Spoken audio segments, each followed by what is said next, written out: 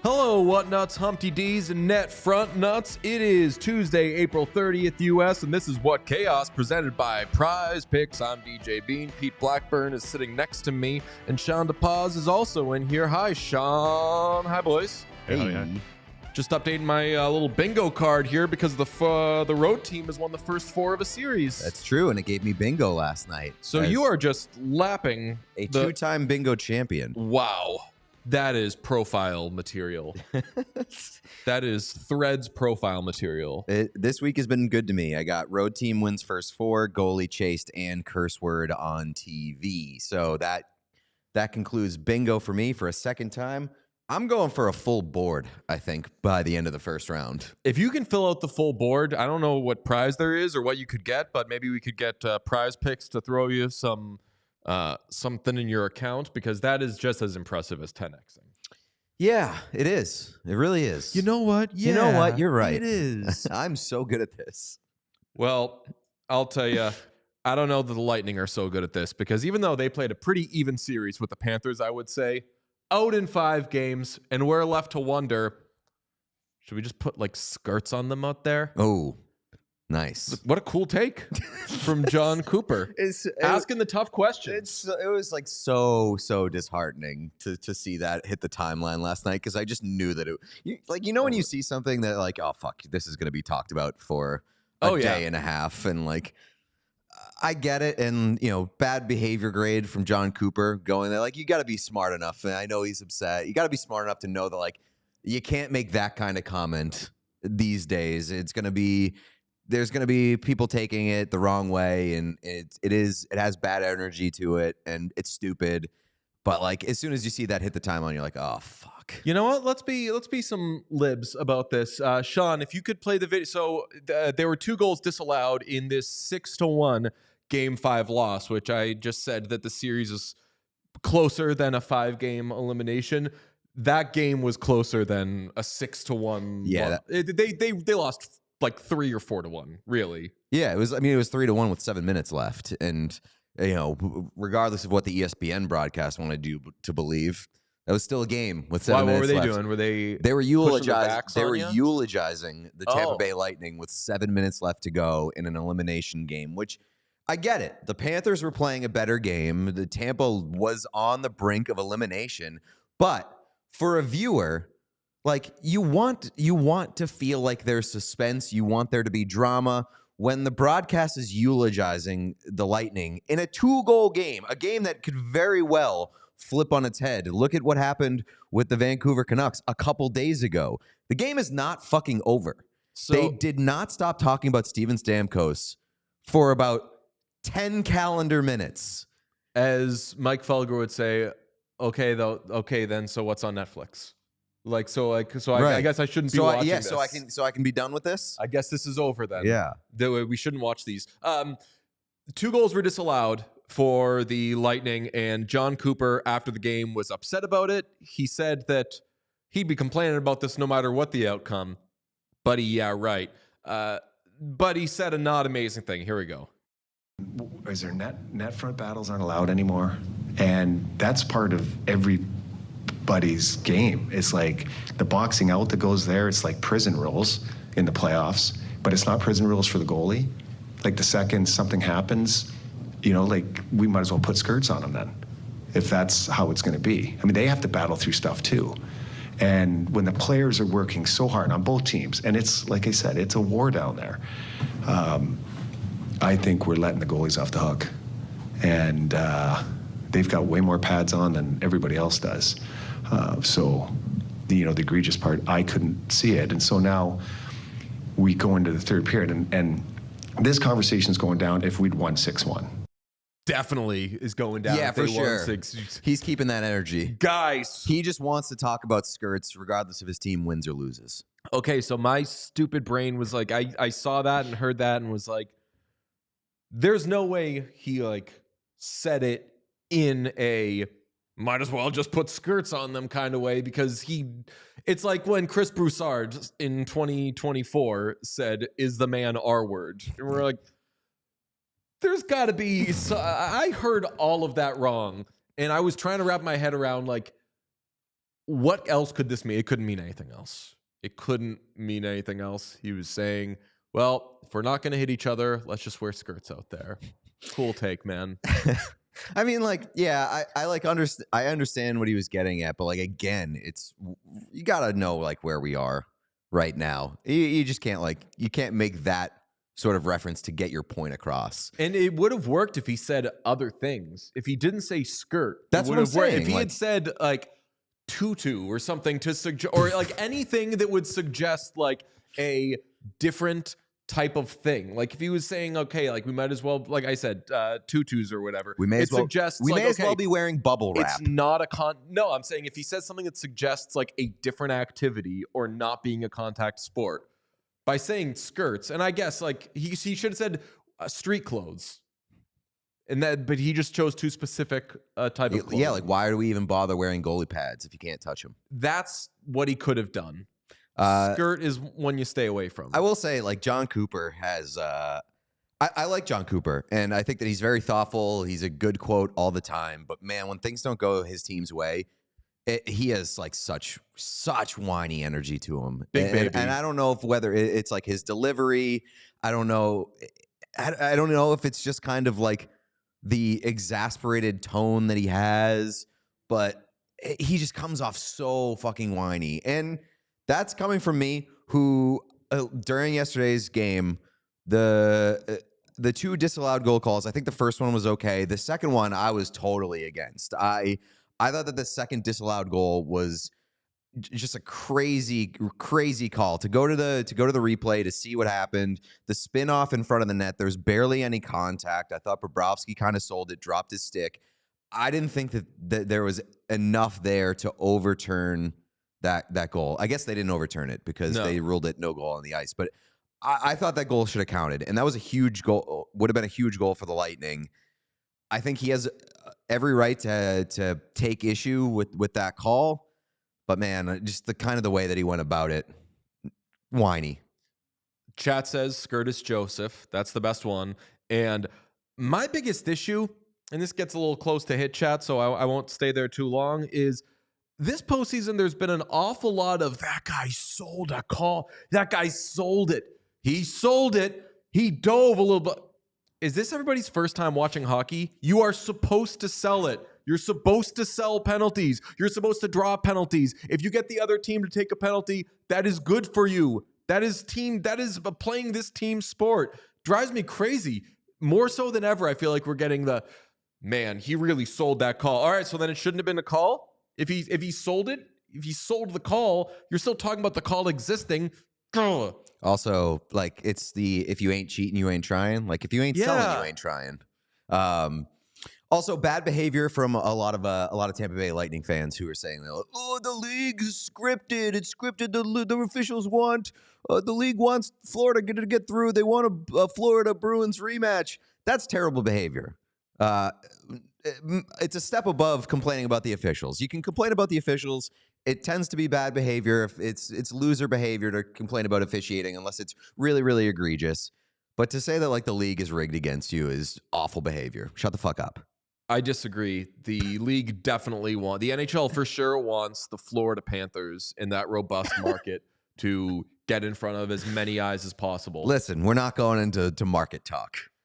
Well, Florida Panthers, great team. They deserve to make it through to the second round. If people are going to do the NHL wants this, tell me why the NHL wants it. Do you think that the average sports fan cares enough about the Bruins-Panthers rivalry? Because they fucking don't. They have NBA on. They have other things that they could be watching. They're not going to say, you know what? I'm watching hockey tonight because it's Kachuk Marchand for all the fucking marbles. It's not even all the marbles. It's the second round. So for the Bruins, it's all the marbles. Fair. It's more marbles than it usually is. Yeah, that's fair. My point on the Lightning, I feel like the Lightning are who we thought they were. We talked about them a bit at the outset of the series, and you picked them to win. The only way that I saw them winning was if Andrei Vasilevsky was great. Mm-hmm. And Andrei Vasilevsky hasn't been great for this entire year. And, when you look at where the Lightning were coming into this series, it was during the regular season, largely powered by one line. Kucherov having an all-time year, just like an incredible year from Kucherov. Stamkos, 40 goals. Those guys mainly powering this team offensively. Not super great at 5-on-5. A lot of power play damage. Not great goaltending. Yeah, I thought I had the Lightning to win this series just because they were. I don't want to say they limped to the end of the regular season, but like I just got some sort of sense of like, all right, this is one last fucking push for us. Obviously, Stamkos is in a walk year. They got cap situations coming up, and they're playing against a Panthers team that could theoretically be a little tuckered out from last postseason. So I thought it was going to be close, which it was.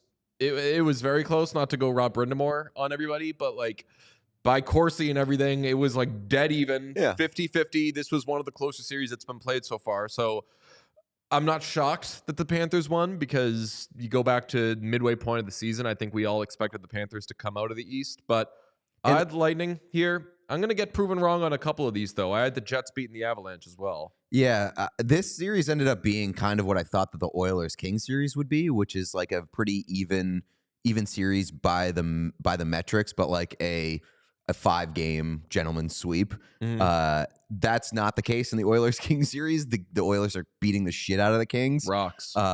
With the exception of last game, the 1-0 game. But that's kind of where I ended up looking. This series I thought was pretty close. The Lightning probably deserved a little bit better, but I'm just surprised that they never got more from Vasilevsky. Like .896 save percentage in this series didn't really make a huge difference for them. I thought that if there was any guy on that team that could kind of flip a switch, it might be him. The biggest difference maker for them in this series ended up being Steven Stamkos. 5 goals in 6 games, 6 points in 6 games. So you internet sleuths want to figure out how many helpers he had. You could do the math there, but 6 points in 6 games, 34 years old, free agent. He had 81 points in 79 games this season, 41 goals, 40 assists. Just something, 40 goals, 41 assists in 79 games. Still absolutely has it. Do you think that he's donezo in Tampa? People, they got very horny about, look, he's staying on the bench. He's staying on the bench, soaking all. It's in fucking Florida, you idiots. He's not fucking looking around the arena saying, gee, isn't this nice? He's waiting for his teammates to get off the ice. No offense, endearing. They talked about Stamkos, that potentially being his last game with the Lightning, so fucking much last night that I'm now rooting for Steven Stamkos to not play for the Lightning next year, because that would be infuriating to spend that much time and only for him to re-sign. But I do think there's a significant possibility that Stamkos stays in Tampa. Yeah, we've said this. There's been a couple of times throughout his career where we've been like, he's gone. He's re-signed with the team while feuding with them. Yeah. Like, how does that work? I would not be shocked at all if he comes back. There's 3 routes that he can go, right? It's he stays with the Lightning, he goes to another contending team, or he goes to a rebuilding team that can give him a bunch of money and he can play like a central leadership role. And I'm not ruling out the Lightning, because a lot of people have been talking about like, hey, is the Lightning window closed? Is this the official end of the dynasty? Like, I don't think that the Lightning are cooked. You look at like Kucherov incredible year. Stamkos still very good. They spent most of this year without Sergachev, who is a very important player to them. But you still have Hedman. You still have Hedman. You still have Vasilevsky, who is probably going to have a bounce back year. I don't know if he was dealing with any sort of lingering injury or something, but like he wasn't the guy that we have come to expect. So like you have points great. You can retool if you're the Lightning. They need to bolster the depth to become kind of what they used to be. That might be a more difficult ask, but I certainly don't think that they're cooked. And that if you're Stamkos, you consider the legacy factor. Like he has been one of the best Tampa Bay Lightning players of all time. I think that he probably doesn't want to go anywhere if he had the choice. Like Cooper said, like, we want him here. He wants to be here. So I think there's a possibility that he stays there. But if he goes to another contender, you're looking at a team like, I don't know if you want to throw like the Bruins in the mix for a guy like Stamkos. I don't know if you want to say like, I saw the Predators thrown out there as a team that he could go to.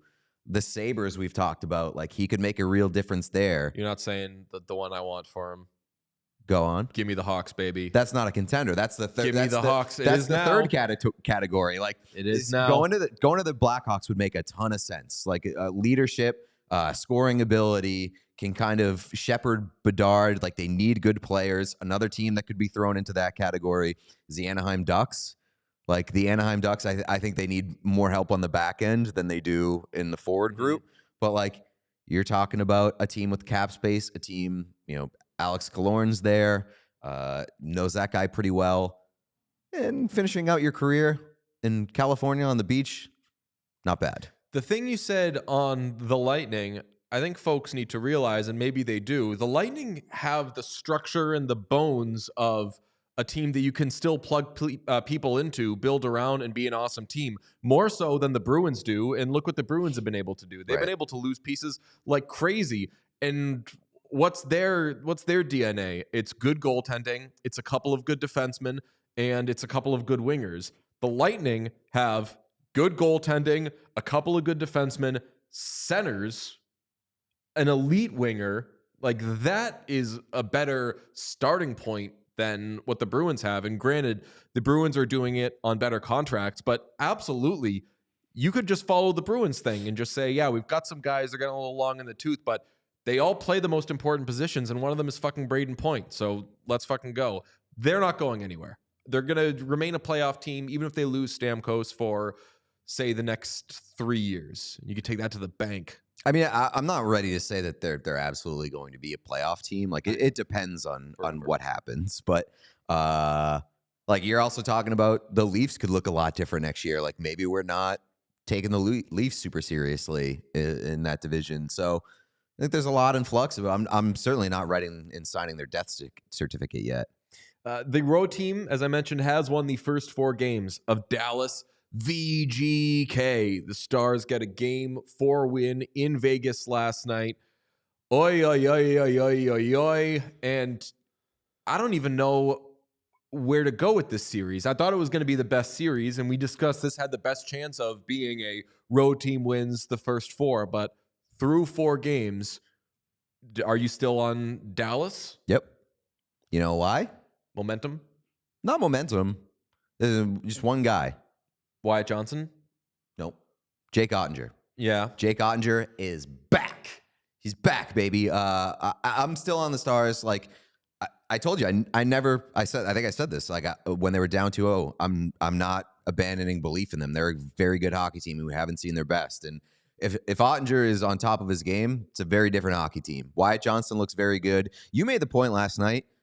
You need to fucking see something from Joe Pavelski. Where the fuck is Joe Pavelski? I can't believe that they could win this series without getting absolutely anything from him. He has been fucking completely invisible. I saw him win a faceoff at one point last night, and I was like, I've watched every second of this game. This is the first thing I've seen him do. He won a faceoff, and he kicked the puck to, I forget who, but one of his teammates who threw the puck on net and didn't score. And I was like, thanks for joining us, Joe. I guess it's a credit to the Stars and how deep they are that they aren't getting anything from one of their better players, a guy who scored 1 million fucking goals this season, but they need to get him going. You see PK Subban called out the Knights? No, what'd he say? He basically said you guys are getting outworked. Shouldn't get outworked. Come on. And they went right to a Jack Eichel highlight, and he was like, this guy's having an amazing series. I was like, okay. Jack Eichel is having Little an inconsistent. amazing series. Jack Eichel is an amazing player. This series, though, like you said, we thought that this series was going to be the best one. Would you say that it's not been the best one? No, it has been. Oh, yeah. You delivered with the energy of like, we thought this was going to be the best series, but no, this has been the best series. It's been, I would say it's probably like the closest to playoff hockey of a series that we've seen. Very, very physical, kind of a grind. And I don't know where it's going to go, but I'm very thankful for it, especially because so many of these series in the first rounds have turned into like one-sided quick series. We have 4 elimination games tonight in game 5s. Rough. Fucking crazy. Sean, if you could pull up this jersey that was put on our radar. Somebody wore in Dallas a LTIR, a custom LTIR Vegas Golden Knights Winter Classic jersey. Stupid behavior. And it's number 61 from Mark Stone. It's not in Dallas. It was in Vegas. So then someone's doing this in support of LTIR? Yeah. I think that they're like leaning into the joke. They're like, they're making a joke of it. Okay, well then I'll accept that a little more. It's still super weird and stupid. Well, I was surprised that I like it. I mean, it's weird, definitely weird behavior because you spend all this money on a jersey that might be immediately irrelevant. Like next year, Stone could stay healthy and they're not wearing these jerseys. So I've seen Bruins fans like customize Canadians jersey to be like diver and things like that. Such weird behavior because ultimately from afar you're just wearing the other team's jersey. You're just giving them money. Exactly. You're giving the other team money. This one to me is totally above board because it's just trolling and it's poking fun at what everybody criticizes you for. So like leaning into the bit and being like, yeah, we fucking cheat. What are you going to do about it? Like the only weird part of it to me is that you're spending a bunch of money on a Mark Stone jersey that's LTIR, which is stupid. And like you did say like it's not going to age well. It probably will age well because he'll do the same fucking thing next year for the 4th year in a row. But it's just weird to spend that much money on like a novelty jersey. I mean, yeah, I agree with you. If you got I don't know how I'd spend my money if I had a bunch of it. So yeah, that's true. We don't know how much money that person has, right? But I love it. It is just like a fuck you. Yeah, we cheat. Do something about it. So it's like tweeting cry, but with $250. Yeah, exactly. When tweeting cry is free. One good night at the roulette table buys that jersey. And also, I mean, shit, you just got a picture with his wife. Like that that going viral and it being funny, like that makes it worth it. Yeah. But it's not fucking cheating. I still get so annoyed every time, and I shouldn't. But that's why I like it. It's not cheating. Exactly. They are not at all cheating. They're doing something that maybe you're upset they're doing and your team isn't doing, but say that. You won't, though, because fans by nature are not rats. Well, it's not cheating, but it's suspect. I will for 3 say, years in a row for it to happen, pretty suspect. It is cheating if they're lying about the injury, which I think is what a lot of people are accusing them of. Like, I think they think it's like, how is it that Mark Stone every single year is injured and then is healthy for the playoffs? Like, I don't think they're thinking that they're breaking rules. I think the problem is more that they think they're bending the rules to make it. But what they have a player who has some sort of injury and is going to miss time. You and I can disagree speculation-wise on how much longer are they holding the guy out. Obviously, like what they're doing is they're saying this guy is going to miss 2 months. You know what? Let's make him miss 10 weeks instead, and then we get to do this. That's not cheating. Shout out to the guy with the jersey for like finally getting us to talk about Mark Stone's LTIR legitimacy. We have kind of like actively avoided talking about that for a long time. Well, there's just nothing to fucking say. Like the guy is on LTIR. He's not playing. They're going to bring him back when they can or when they want to. And if we're hockey fans, we've seen the Blackhawks do it forever. We've seen the Lightning do it forever. This is something that teams do. Right now, it just happens to be Vegas that is winning while doing it. Yeah. Teams do this. And I don't think people complained a little when the Blackhawks did it. They really started crying when the Lightning did it. Mm-hmm. And I honestly think it's just people didn't realize it was going on, and now that they know that it goes on, they're a little louder about it. But they also hate teams that win. Like, they wouldn't complain about it if they were getting eliminated in the first round of the playoffs. I think it's one thing I like. We haven't talked about with this jersey thing is like, I love that Mark Stone's wife was just like, fuck yeah. Yeah. Because realistically, like, if he is injured, she probably sits at home looking at all these people being like, they're faking it, they're lying, they're cheating. Meanwhile, he's like struggling to get out of bed every day, and she's got to live with that. And she's probably like, fuck you guys. We're not cheating. This shit's awesome. Or not awesome, but like, I know what's up. I do think that Vegas as a whole has done a pretty good job of leaning into like the everybody hates us, we're the villains. Like, it's Vegas. That's what they should do, and especially when their front office is going to like poach everybody at the fucking trade deadline. That team operates like the biggest villain of the NHL, and they do it really, really well. Old Vegas mafia shit. Yeah, I love it. And it's like, you hate us, but also you kind of want to be us. You wish you were in the mafia. It'd be awesome. there should be you know what? The Utah should make their team name Just like mobsters. the fucking like the Thieves or something that just suggests Oh, yeah, Well, they like, have the Outlaws. they break the law. They have the Outlaws. Outlaws. A little too on the nose. Outlaws is terrible. Why? I think you could have good branding. You with it. literally just described an outlaw, a person did. that breaks the law. Pete, do you know what a synonym is? Yes. It's two words that mean the same thing. One you could prefer to the other. Yeah. So you want the Utah break the laws instead of the Outlaws? The Utah felons. I said thieves. The Thieves. That's going to be Thieves. too close to 100 Thieves. Do you know 100 Thieves? Shout out Nate Shot. I prefer 40 Thieves. What you know about Alibaba? You prefer 100 Gex. 100. I still don't know if I've listened to a song by 100 guys. You have, because we've played it in the studio. Yeah. Yeah. From the NHL soundtrack. But anyway, I something go that suggests like, hey, like crazy. we're gonna be breaking all the rules, and then like 3 days before free agency starts, they're like, Utah has signed Steven Stamkos. We're like, isn't there a rule you can't do that until free agency?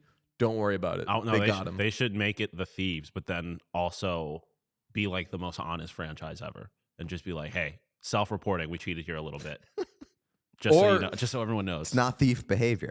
Yeah, Well- it's Utah behavior. Thieves aren't inherently bad people. Agreed. Shout out, Shout Robin out Hood. Robin Hood. Yeah. The app that there was nothing bad going on there. I'll tell you an app where there's Completely nothing bad above going board. on. Prize Picks, because I'm trying to 10x all the time. And darn it, if I didn't come close very recently. Pete and I, you've heard us talk about how we have 10x'd. You just bet on, you just DFS on 4 things, more or less. Shots on goal, time on ice, saves. A fun one to do is the combined goaltenders, more or less goals allowed in the first 9 or 10 minutes of the game. I like the cross sport ones they have, where I know we've been pretty hockey focused, but they have ones where it's like, yesterday I think it was like Stamkos shots on goal and LeBron James 3-point attempts, something crazy like that, and it keeps you like following both sports. Yeah, typically DFS is a good way to keep an eye on everything. It's like video games back in the day. Are we DFSing on darts tonight? We can What? DFS on darts? Yeah. Have you ever watched pro darts? No. It's like some of the I've seen clips on Yeah, Twitter. I've seen That clips. episode of Ted Lasso? Some of the most electric, awesome. Some of the most electric like sporting atmospheres I've ever seen for something you do in a bar. Yeah, I treat darts like I treat most podcasts.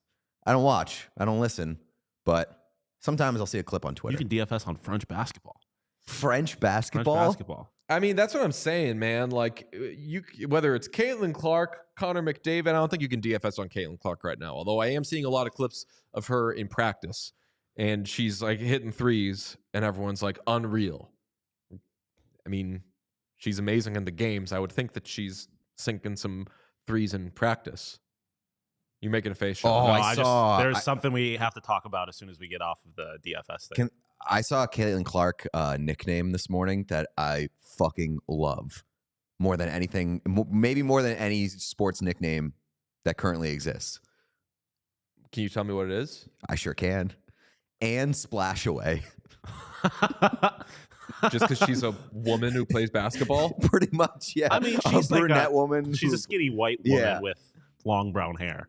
That's Don't think too much into it. And Splashaway is Splashaway. incredible. Okay, go to prizepicks.com/whatchaos and use code whatchaos for a first deposit match up to $100. That's prizepicks.com/whatchaos and use code whatchaos. Pick more, pick less. It's that easy. I'm not doing a good job. Well, real quick, while you're looking for it, the thing I wanted to bring up was, did you see the Dave and Buster's news? Yes. I brought it up to you. Awesome. Yeah, until somebody dies. Somebody's going to die because they get killed over wagering at Dave and Buster's. You're probably right, but people die over. I mean, it's like $5 bets. Like, I love Sean just being like, "So what? People die every day." Yeah. I mean, Grow up. No, my response is gonna be like, if you're killing people over a $5 to bet over an arcade game, you were probably on that path to killing somebody at some point in your life, anyways. Speaking of people dying every day, one man every hour every day is diagnosed with testicular cancer. In fact, testicular cancer is the most common form of cancer amongst men aged 15 to 35. That was an incredible transition, by the way. With April being National Testicular Cancer Awareness Month, our friends at Manscaped are partnering with the Testicular Cancer Society to help spread awareness for men's health and early cancer detection. It's very important. So visit manscaped.com/TCS to learn how to check yourself for early signs of cancer. And as always, you can use promo code WhatChaos for 20% off and free shipping at manscaped.com. We're big Manscaped guys. We love using the Lawnmower 5.0. DJ, I think you're a beard trimmer. Oh, yeah. Beard trimmer guy. Yeah. Couldn't be me. Not a single shred of facial hair on this face. I'm a big flashlight guy. Yeah. Power goes out. Fleshlight? Whoa. Flashlight. Oh, okay. Yeah. Gotcha. Power goes out. I'm grabbing my lawnmower. There you go. That's true. It does have LED lights. It's also waterproof. It And also has wireless wireless charging. So it is an absolute piece of incredible technology. In addition to providing the right tools and solutions for comfortable and easy grooming, Manscaped is committed to raising awareness and giving support for fighters, survivors, and families impacted by testicular cancer. That's why they will be donating 50,000 big ones to the Testicular Cancer Society. Help save lives and balls by going over to manscaped.com/TCS and sharing their funny, educational, check yourself videos. And while you're at it, grab 20% off and free shipping with the code WhatChaos. Like Spike them. Like Spike, baby! If you're in here right now, you see that thumbs up right below the video player? Yeah, you do. Click that button. Give us that thumbs up. See how many thumbs up we can get. Also, if you're not subscribed to the YouTube channel that you are watching on right now, please do that. Our numbers are climbing. We want to see them climb more expeditiously. We're trying to, what's our goal? What's our benchmark for the end of the playoffs? To use the word exponentially correctly. Expeditiously? Exponentially. Expeditiously. I think both works, right? I mean, if you want to see them climb fast. If they're What exactly did you say? I said I want to see them climb expeditiously. It could work. Yeah, no, that's accurate. Yeah. I mean, you want to see him climb quickly. This guy thinks he's smarter than everybody. Growth is measured exponentially. Yeah, no, like I would love to see it grow exponentially as well as expeditiously. Yeah, it's just a what's the word? Malapropism, where you say something that sounds like the thing. But it's not bad. It's like an A- one. I knew what I was going for. Not if that's what he meant. That's what I meant. Yeah. Like if he meant, I didn't try to say exponentially. Because exponentially sets a different expectation than expeditiously.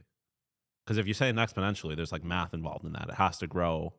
Yes. Like, I'm also like a big immediate returns kind of guy. I want my immediate were you in on GME? validation or whatever you want to call it. That like serotonin that hits immediately. So like exponentially could work, but also expeditiously. I want to wake up tomorrow morning with 7,000 subscribers on the YouTube channel. All right, get us to 7,000 subscribers then. If you haven't done it tonight, we're doing it expeditiously. We're on an expedition here. We're traveling the seas of YouTube subscribers. This is like that one time Michael Scott outsmarted Oscar.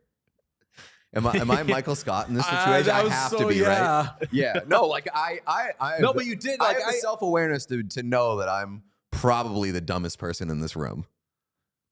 we all have our strengths. That's mean. It's not mean. It would be mean for us to confirm it, I think. I want to be the dumbest person in this room. I don't want the expectations that I'm the smart person in any room that I walk into. Someone call me Dictionary J. Bean. I'll take that. Immediately after a Sergei Bubrovsky Instant gratification. Comment. That's what I was going for. Yes. I couldn't think of that either. Okay. Because none of us are smart. That's right. Well, Sean's smart. No, I consider it.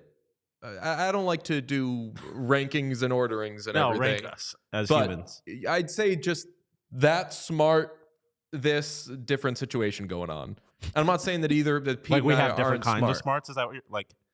No, like that side is smart people, Oh. and then this is just it's not smart people, but it's just like the smart people are sitting over there, and then there's other people sitting Listen, here. Major blind spots. I may know here. I may know random facts about random stuff, but I also like couldn't break down music like you could, Yeah, but or break down hockey like Pete could. Like we should all have. we all have our strengths. Yeah. Okay. Well, there are 4 elimination games tonight, so let's get to a slate grade presented by Game Time. 7 p.m. U.S. Leafs at Bruins, Game 5. Boston leads 4-1. 7:30 p.m. U.S. Islanders at Hurricanes, Game 5. Carolina leads 3-1.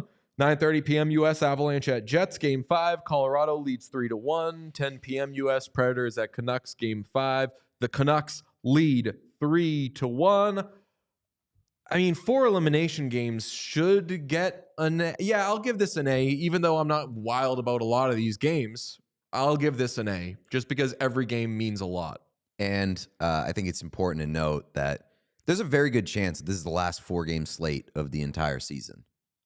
Oh, true. That's a good observation. Yeah.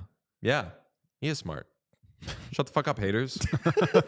All these comments talking about how dumb Pete is. Eat it. The hosts were very knowledgeable about being About dumb. who's knowledgeable. Yeah. Which is very rare. That is very rare for a sports podcast. The hosts came off as dumb.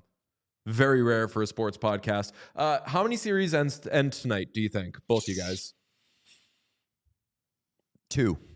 I'm going to say Bruins Leafs, even though I've said many times that I'm expecting it to go 7 games. Yeah. Austin Matthews not playing tonight. I think the Leafs are just fucking. I think the vibes are so low, and they're gonna lose tonight. And then the Hurricanes. Yeah, I think 3 end. I think Colorado does it. Hurricanes do it, and then one of those other 2 games ends the series. I am not completely positive which one though. I could see the Canucks or the Bruins winning.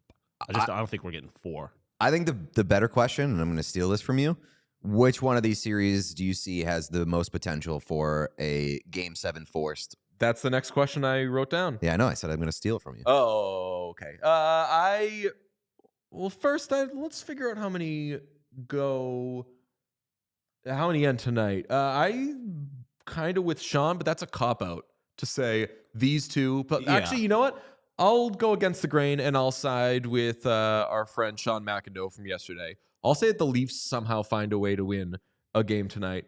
Hurricanes close out the Islanders for sure. I fucking hope for everybody's sake the Avalanche close out the Jets. Get that series over. Why? It's just been such a weird mess. And unless like the Jets come out and are amazing and do something that make us think, okay, well, they've woken up. They're playing, like they're keeping it a low-scoring game.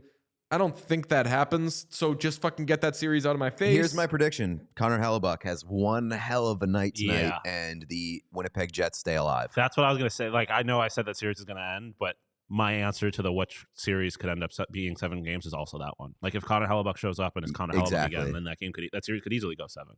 Fuck, I'll be crazy and say that only one series ends tonight, and it's the Hurricanes beat the Islanders. See, that's the one that I'm like, get this series the fuck out of my life. Exactly, which is why I think the Islanders are going to end up winning. Everyone wants that series over, and we all just like, obviously that one's over. Move on to the other 3. Like, the Islanders are just going to do it. I'm gonna hammer Carolina tonight. I agree with you. Like, every real reason suggests that the Hurricanes should win, but we wanted Game 4 to be the last game, and that didn't happen. We haven't mentioned this one. I think there's a good chance that the Predators can come back. Like, do not let Nashville win tonight. That's my only thing. Like, if you're Vancouver, put them away immediately. This is an extremely important game, especially with how banged up Vancouver is. Fucking win tonight. Let your guys rest up. That series is a war. The longer that it goes, I think the better chance the Predators have, given the way that they play and the way that they grind down Vancouver. With the goalie situation, with Quinn Hughes, like, I just really think that it's an important game for the Canucks tonight to put them away. Yeah, I agree with that. I think that the series that has the best chance of going 7 is that Predators at Canucks. I had the Predators winning this series anyway. I don't know that I've watched it and been like, wow, they're getting dominated here. There's been so many fucking games in the series where the Predators I thought were as good or better than the Canucks. Yeah. You want to talk about even series? This one should be 2-2 or it shouldn't be 3-1. Like it just should be fucking even. So I could see this one going 7 games. Leafs and Bruins, I don't see going 7. I see it going 5 or 6. Just It's to be a definitely going little 5. crazy, I'll say that it goes 6. That one just feels like we are only saying it might go 7 because it's two History. really weird teams. Yeah, like it doesn't. There's no real reason. It's completely the the Bruins narrative. shouldn't finish the series tonight. It's completely like the narrative and the history. Like and it's honestly, it's hard to ignore. Like especially when you're talking about the Maple Leafs. Like history is a big part of any conversation around the Leafs. And like every series with the Bruins goes 7 games. Auston Matthews tried to give it a go this morning. Was on the ice before morning skate. Typically, on the ice before morning skate equals not playing in that game.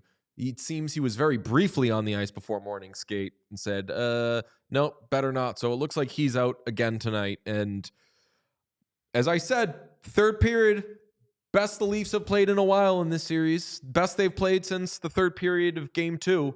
They're better without Auston Matthews. At least until William Nylander does a horse collar tackle. It wasn't a complete. Again, it was the best that they played. It wasn't they played smart or well. No, in the series? No, in game 2, the Leafs played really well. That's what I said. Oh, I thought you said in I said in the third period. Third period of game 4 Yeah. was the best they've played since the third period of game 2. And again, the bar's not super high because they've played like absolute assholes this series. And you're right. They played like assholes in part of that third period as well. I agree with Sean that I'm kind of getting narratived in being like, yeah, the Leafs will figure out a way to do something because they look completely cooked. Their goaltending is fucking horrible. Their star players are either not playing or going missing. Ugh.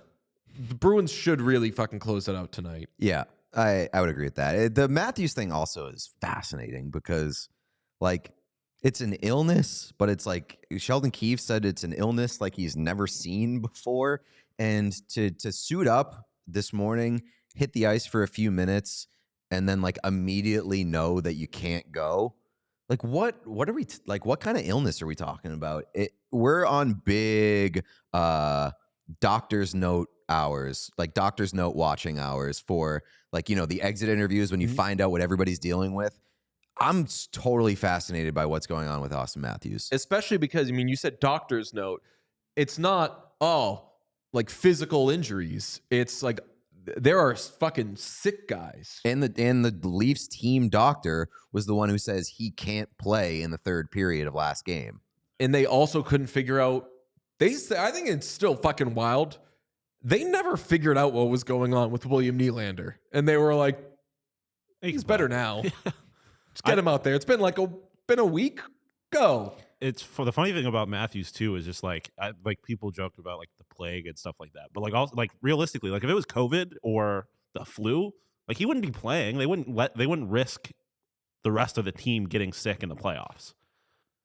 I disagree. Like if it was contagious, if it had was the like flu, right. If it was contagious and it was this bad to where he couldn't play, like I have a hard time believing they would have him around the team. but he's If it was been this around the weird. team. Well, that's what I'm saying. That's Yeah. why I think it's so weird because like in my mind, there's no way that it's just like COVID or something like that. Because if it was, he wouldn't be around the team. What if someone speculated this in the chat? What if the Leafs medical staff is just fucking horrible at their jobs? What if like It's the guy that stabbed Tyrod Taylor in the lung. Oh my Yeah. god! It's just they have no idea what's going on. It's Fauci actually. It's the former medical staff of the Washington football team. You know, be a wild thing. I can't remember if this has ever happened, and someone's gonna say, "Oh, it's happened here," and I'm gonna feel like an idiot. The Leafs should fucking fire Sheldon Keefe now. That'd be fucking Day crazy. of game, galvanized. Put Shane Doan behind the bench. He's in the Leafs organization. Just be like, fuck it. He's been on a bench before. He served as an assistant for the Coyotes before. Go coach him. He'd be Why having not? a great fucking month for things being handed to him. Yeah. That'd be wild. Yeah. Like I'm trying to think. Has a team fired their coach during a series? That would be metal. That would be so awesome. That would be Taylor Swift voice, metal as hell. Lakers should have done that to Darvin Ham.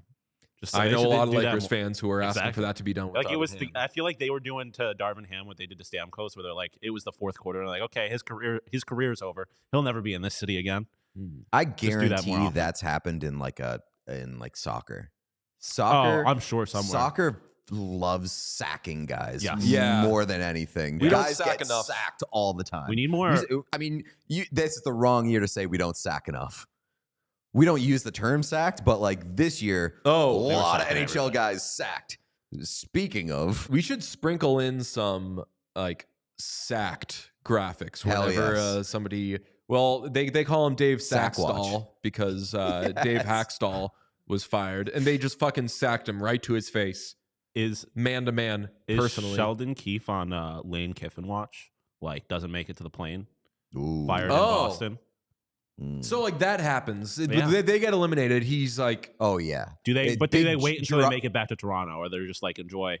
it? Gerard Gallant watch.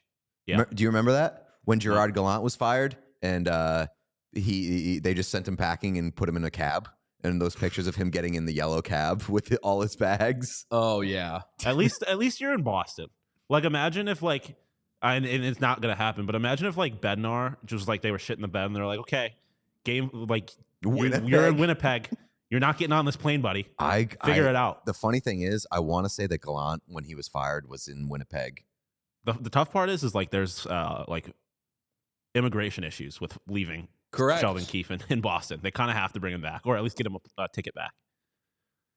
I mean, No, what they just they could be like, we're gonna leave you here. Raleigh. Oh, Tristan making a good point. Ivory Coast did sack their manager mid playoffs, and then they ended up winning AFCON. Is that soccer? Soccer, yeah. Knew it. That's just like the most, not mid game, but mid playoffs. Like that There was needs to happen more often. shit. There was a recent case. I thought in maybe Premier League of a team that was like near the top of the table.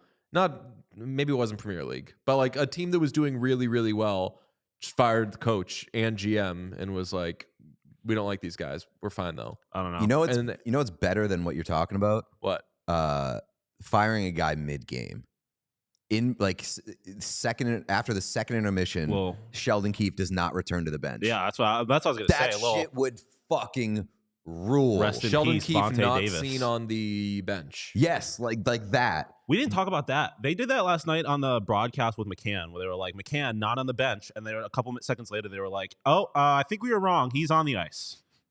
They did it with what the fuck is going They on? were here? right. That's true. If Yeah, he's he on was the not ice, on the- that wasn't would be on the bench. That'd be so funny. He's like, oh, Start hammering those tweets. And not Andre- seeing Steven Stamkos. Andre not, Vasilevsky not on the bench. yeah, not seeing Jeremy Swayman on the Bruins bench. Doing that about goalies who are just on the ice at all times would be so funny. Well, No, that but was that's now like my ultimate NHL dream is for a coach to be fired mid game and not return to the bench for like a second or third period. You're just the third period, you see him, he's just up in a box or something like that. It'd be fucking incredible. If there's anybody that's going to happen to, it's John Tortorella. I could see more of the Torts leave. quit. Yeah, he's just he's like, gonna fuck Vontae this. right. Davis. But like either like one way or another, he's the guy who doesn't return to the bench in the middle of a game. Yeah, because like Danny Briere came into the locker room at intermission. He's like, I'm not doing this shit. This is my team. I'm out." Okay. So what do the Leafs do today when they fire? So let's say it's 12:48 p.m. Eastern Time, U.S. They sack Sheldon Keefe right now. What's their play the rest of the day? What are they doing? Who are they putting in charge? Is it like Joel Edmondson or something? Shanahan. Shanahan behind the bench? No. Yeah. Bring him out. If Matthews can't play, doesn't mean he can't coach. Throw him back there. The old Charlie Conway, D2. When he can't play, he makes him a coach. Why not? True. That'd be awesome. Yeah. Actually, he can play. He's healthy enough to play, but they're like, yo, Adam Banks is so much fucking better than you, and he's healthy. Charlie, you're going to coach, but get No. ready to learn clipboard, buddy. Austin's spending the majority of that game in the bathroom. Yeah, the narrative would be so bad too. Like Toronto media would burn him at the stake. They're like, oh, you can't play, but you're good enough to stand behind the bench and yell all game. So how about this? Chat saying no coach. That would kind of be cool. Team Yeah. led. The team decision, players only meeting. They're killing Sheldon Keefe and they're playing the rest of the game without him. That I'm taking out a small loan to bet on the Toronto Maple Leafs tonight. Yeah, that also sounds very political. It's like a political move to just be it's straight we're up doing. mutiny. We are like that's like seceding from the NHL. They're like we're also, by the way, we're gonna have 30 guys on the bench. So like you fucking can't try us. No, I want Sheldon Keefe to come in before the game and be like, all right, boys, lineups, and then Austin Matthews just be like, all right, boys, lineups, and just cuck him, just start doing his job like right in front of his face. Literally shove him in a locker. Yeah, be like, he's gonna read the starting lineups, and he'll be like, it'll start with like the third line, and then Matthews is gonna stand up like, no, boys, we're going Matthews, Tavares, just start reading off his own lineup. So they're in Boston for this game. I don't know how many extra players they brought with them. So Matthews is the coach, obviously. Mm-hmm. They're like, fuck, how are we going to address the correct number of guys? Sheldon, would you mind coming back here? Sheldon doesn't that play a lot? Doesn't play a lot. Grocery stick, total grocery stick. And Sheldon's fired ass has to sit there in the middle of the bench while his team, coached by an under the weather, actively sweating Austin Matthews, fucking begins an expeditious ride to the Stanley Cup final. Austin Matthews coaching behind the bench in a hospital gown. Olivia, everyone just did the anytime Sheldon Keefe talked, they're like, you guys hear something? Yes, exactly. That's what I was thinking when you said that. All right, lineups. Yeah. All right, lineups. Where's that? This Frank Saravalli motherfucker yapping over there again. I think we figured out how the Leafs get back in this series. Yeah. Sack Sheldon Keefe right now. No, you got to do it closer to game time, I think. Like middle of the game. Mid-anthem. The Leafs, the point to take away from this is that the Leafs are on coup watch. Just do a really bad national anthem in Boston and then just start pointing at people. Be like, let's go, Swayman. Let's go, Bruins. Keep your fire. Just have the anthem singer. I can't wait to send none of this would have happened if Ryan Reeves were the coach tweet. Sheldon Keefe, get fitted for some pads, buddy. So I was going to say, let's talk more about that game. I think that's enough talking about that game. Agree. Just fire Sheldon Keefe. Have Austin Matthews be the coach. Have Sheldon Keefe be a player for some reason. Dave Hakstol was sacked, though, after 3 seasons in Seattle. I think the most interesting part of this is that after that went down, Kevin Weeks tweeted that there's one coach in the NHL who could make more than Mike Babcock made, which was, I think, $7 million with the Leafs. And then a bunch of eyeball emojis. People started connecting that to, what does this mean? Who's going where? Could that be Seattle? I don't think Seattle's paying a coach $7 million a year, although maybe Francis is there. Yeah. Get his buddy. Rod Brindamore. $7 million. Well, I mean, like, if there is any coach that is going to command that, I think signs point to it being Brindamore. Because he'd be the Billy Bean type where he's got something he likes doing. Yeah. You got to really, really, really fucking pay him to get him to do something else. Or even to stay with the baseball analogy, like David Price famously did not want to play for the Red Sox, and they just gave him so much money that he you was can't like, refuse. How bad could it be? That's any team that wants Rod Brindamore because he's on record as saying, I'm only going to coach here. I'll just stop coaching once I'm done here. You got to give him huge, huge, huge money. I wouldn't hate Rod in Seattle. It would upset Hurricanes fans. It sure would.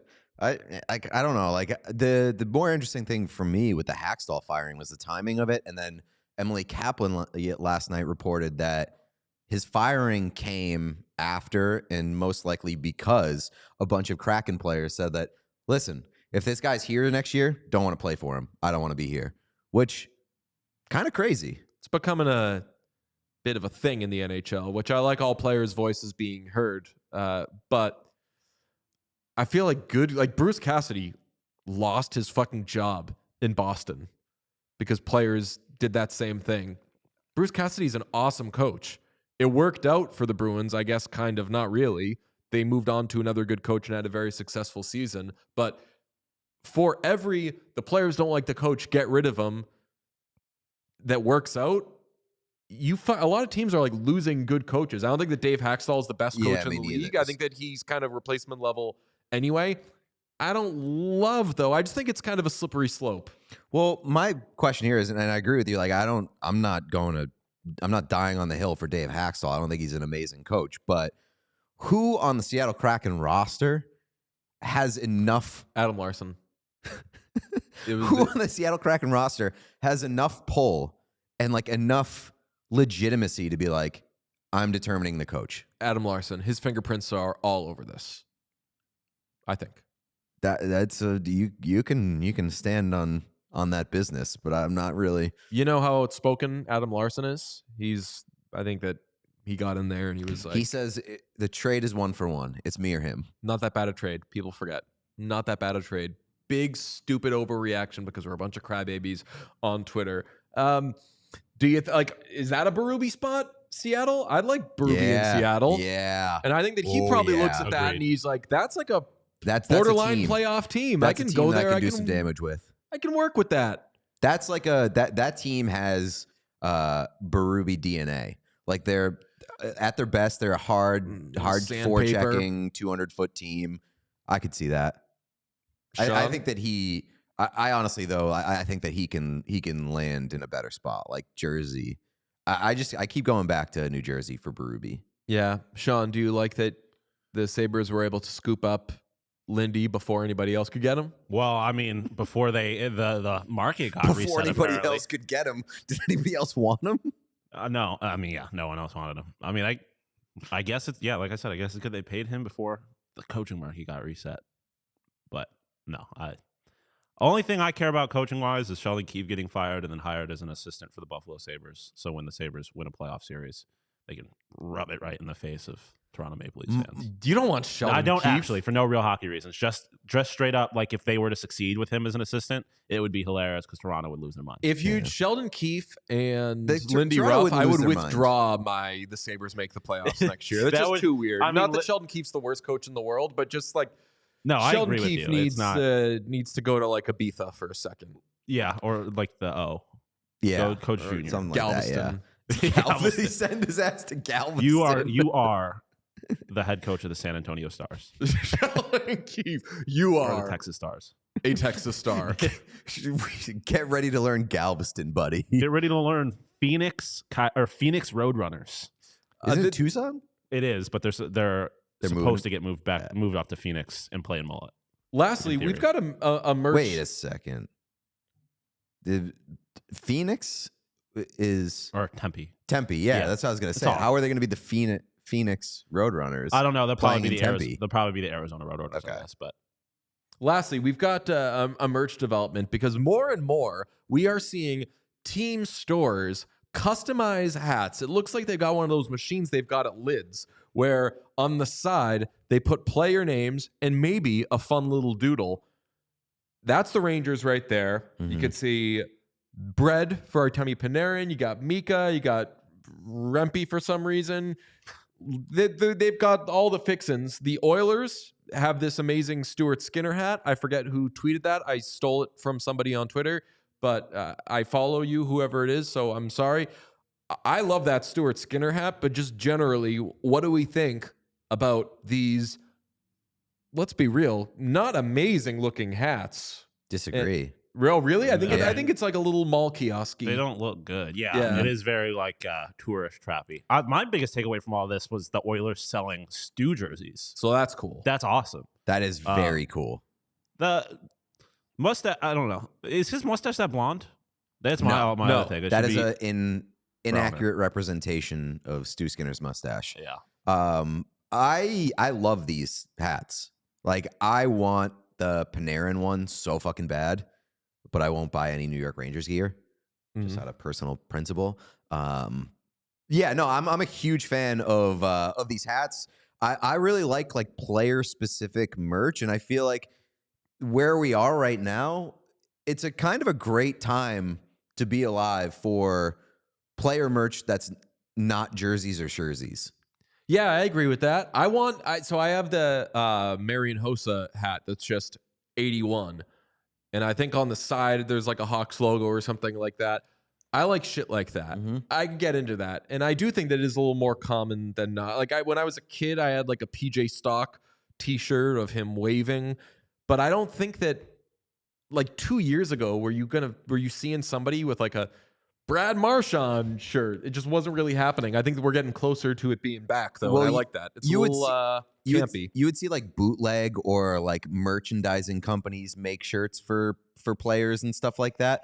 But now we're talking about like actual like licensed merch being sold. And I go back to, remember at the All-Star game when we were in the Lids pop-up, they had those graphic tees for like Connor Bedard, Sidney Crosby, those old school style. I like that stuff. That stuff is awesome, and it's coming back in style. And now you're starting to get like player-specific hats and accessories and things like that.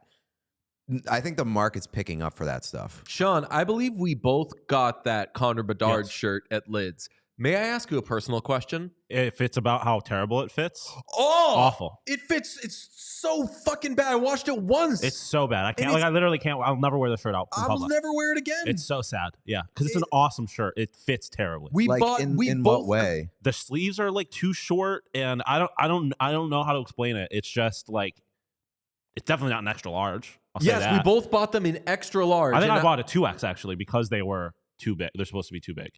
That's outrageous. Can I ask a favor? Can you bring one in and can I see how it fits on me? I think that honestly, I think that you would fit into my extra large one that I've washed once, and it's even the first time I wore it, I think was at the Super Bowl, hadn't washed it yet, and I believe I tossed a shacket on over it, which is a fun little trick for us fat folk. Shirt doesn't fit too well, I'll just put something over it, and you only see parts of the shirt. Yeah, it's an old hockey. That's trick. my problem. I don't want to talk shit about this brand, but like that's my problem with that brand in specific is their stuff never fits me properly. Like what is it? Wait, actually, I don't know. Is it 47 or is it Mitchell & Ness? Oh no, it's not 47. It's Mitchell & Ness. 47. I've never had a single fucking problem with the 47 merch. I think it's Mitchell & Ness. It is. Mitchell & Ness's quality has dropped significantly. Yeah, under their stuff just doesn't fit me well. Like, and same with 47. Their stuff doesn't fit me well either. But yeah, it's just. That shirt just doesn't fit well. So a double XL does not fit you. Yeah, like the sleeves are too short, and I like my stuff over long. Like that's one thing I hate about t-shirts is like if my sleeves are like coming up halfway up my bicep, that's too short. Like I'll do that if it's a woman's shirt, and like that's fine. Like, yeah, I'm just wearing a woman's shirt. What am I fucking a man? Yeah, like that's what it's gonna look. But generally, I agree. And no, they were not kids women cut shirts. They were just unisex men's fit shirts, and yeah, they are. Yeah, the drop off for Mitchell & Ness has been pretty significant, and that bums me out because they were always like the high quality standard. If you bought something from Mitchell & Ness, it was going to be expensive, but you knew it was going to be incredible quality, and like Fanatics acquired them to be their higher end products. Oh no! Fanatics acquired them to be like their mid range. Yeah, so what's their high end? Ebbets Field. Yeah. Oh, okay. We had that conversation. And that's so it's Fanatics, Mitchell & Ness, Ebbets Field. I believe so. Right. So we need. But like, does Ebbets Field sell? Exactly. We need Ebbets Field to be doing more stuff with like leagues or like active leagues. And Agreed. Not to mention the price point for Mitchell & Ness hasn't changed since they acquired Not really. them. It's gotten a little cheaper, but because like if you can get a Mitchell & Ness hockey jersey for $200, back in the day, if it were the same quality, that'd be like $400 or something like that. But the quality of some of those Mitchell & Ness hockey jerseys are so low. When we were at the Bruins Pro Shop, they're screen printed basically. They had a Pooh Bear Ray Bourque jersey, which I don't think they should have been doing that. They should have been doing Ray Bourque in that. You should be doing Joe Thornton or Sergei Samsonov because that was more befitting of that era.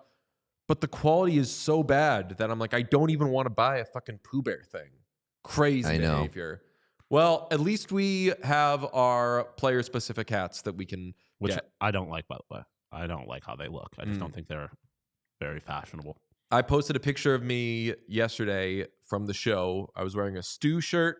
I had 3 Oilers jerseys behind me, and I had Hunter behind me. And I posted, does anybody know where I can get some Oilers merch? Looking to put some on the set. Clearly a joke. Nobody got it. All the responses were like, here's where I go for mine. So then I was fucking shopping for Oilers stuff yesterday. I also did it. I looked yesterday. I browsed. For Oilers? Yeah. I was we like, gotta get you in some I was Oilers. like, I don't have any Oilers stuff. My first go-to was 47, and I almost bought, like that the I know recent exactly the drops, one. the Oilers like 3-time Yes. Stanley Cup champion or whatever it is. I almost got one of those, but then I decided I have against it. a real Mitchell and Ness, an old school Mitchell and Ness Oilers tank top that I haven't worn in forever. This is from my medium days, and it was a little small then, but I could pull it off. It might be too small for you. It's definitely like I'll never be able to fit into it again, so I might give you that. But we're Just wanna approaching tank top season. Our YouTube viewership is about to fucking skyrocket in tank top season. Single tank top. Really? I'll say I'm generally speaking pretty anti grown men like showing their shoulders. It's just like a grandma ass take from Sean it's over not, here. not like Sean Cooper over here. it's not like a prudeness thing, right? It's just like when I see guys wear basketball jerseys with nothing under them, I'm like, you look like a frat boy. I mean, obviously it depends, but like, I don't know. I think it's worse when guys wear fucking like short sleeve T-shirts underneath their basketball jerseys. That I agree with too. You're against basketball jerseys unless you're a basketball player. Yeah, kind of. And if not, like I'll wear a long sleeve shirt. I'm a huge long sleeve shorts guy. That's a good look. Huge long sleeves That's a good and look. shorts. Sweatshirt and shorts is a good look too. I love sleeves. Like that's really, I guess, more. It's really not about the shoulders. It's more. I like wearing sleeves. Long sleeve shirt, getting cooked. Brother, I don't care. Long sleeve shirt, shorts, and low top sneaks are a crew quintessential. Socks. Yep. Oh no, wear crop tops. I'm pro. Like Ezekiel Elliott crop top season.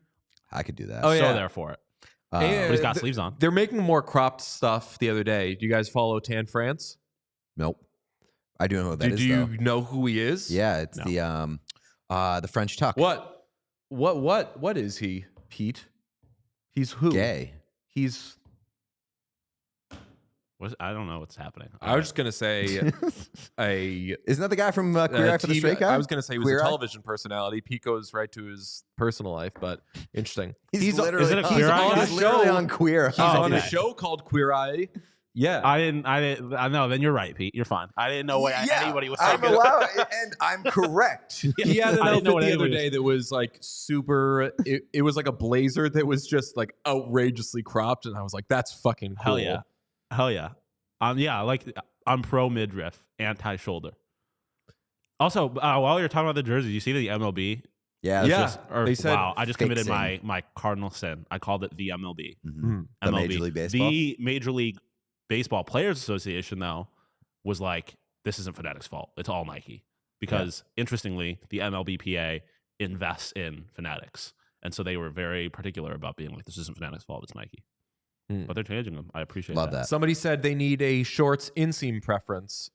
I will guess I'm the only person on this show that has a thought on that. 5-inch? Don't know the number. So that's what I was. Like, I'm pro I'm not- shorts. Like, not crazy short, but like. Mid-thigh. Yeah. Mid-thigh. Shorts shouldn't be going past your knees anymore. So you're like 7 inches. Yeah. Yeah. Just as long as it's above my knee, it's fine. It depends on how I'm feeling. I am either short shorts or no shorts at all. Each summer, I tell myself I'm going to go more and more long pants. Oh. Yeah. Oh, you're just saying pantsless. I was like, hell yeah. No, Whatever. that's winter to assert dominance. Okay. Yeah, fair enough. Yeah. Well, that's great. That was some great fashion chat. Okay. Yeah. Fit chat, if you will. Fit chat. Yep. All right. We'll talk to you tonight if any of these games go into overtime. And if they do, boy, that'd be very exciting because they are elimination games. We'll be back tomorrow. Don't forget, 11:59 a.m. is when we go live tomorrow. Subscribe if you have not. Bye-bye. Woo. We all silly like the mayor.